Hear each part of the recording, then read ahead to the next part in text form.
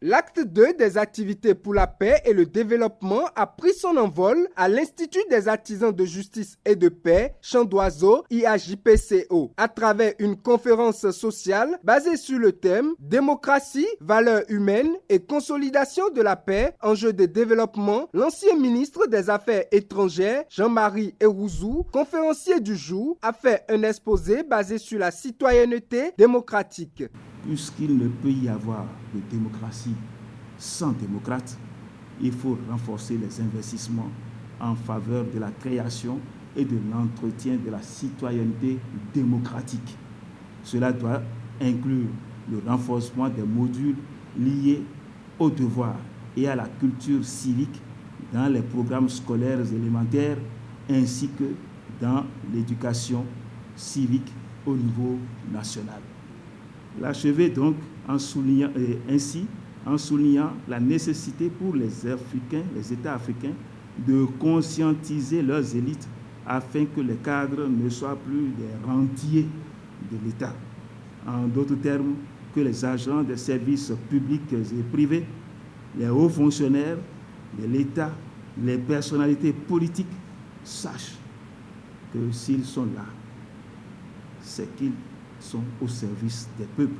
Très attentifs et intéressés par le sujet du jour, plusieurs personnalités présentes ont posé leurs préoccupations. Chaque nation est appelée à apporter quelque chose de sa culture, de ce qu'il est dans la civilisation universelle.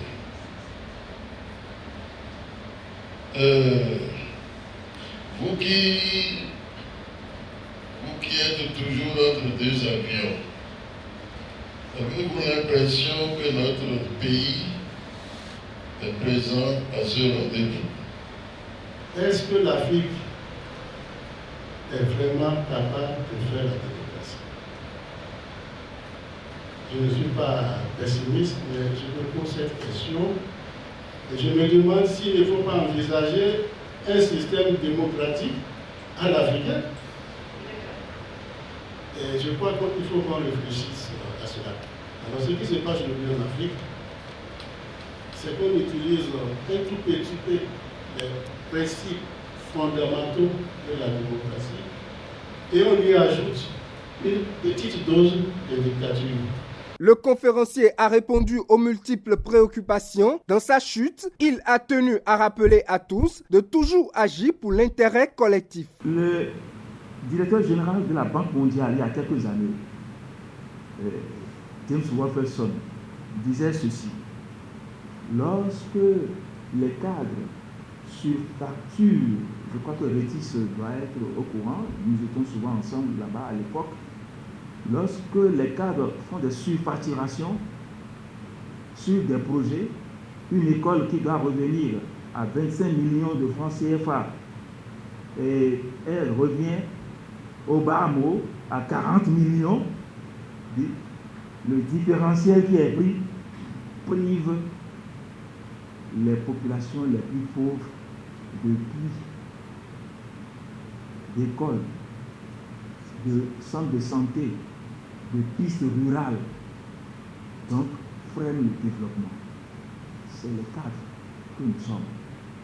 C'est le plus important. Si les cadres sont honnêtes, intègres, la démocratie est sauvée.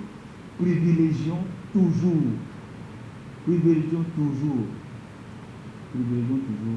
l'intérêt collectif.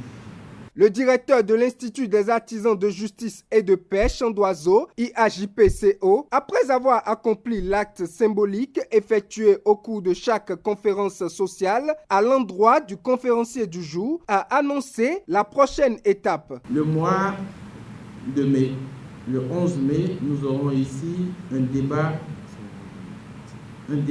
politique. Un débat politique avec deux sensibilités. Nous aurons deux honorables députés, un des démocrates et un de l'UPR.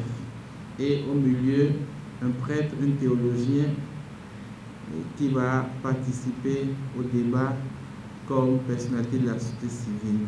Démocratie, valeurs humaines et consolidation de la paix, enjeux de développement, le public ressort plus nourri, de quoi œuvrer davantage pour le maintien de la paix et le développement au Bénin et dans le monde.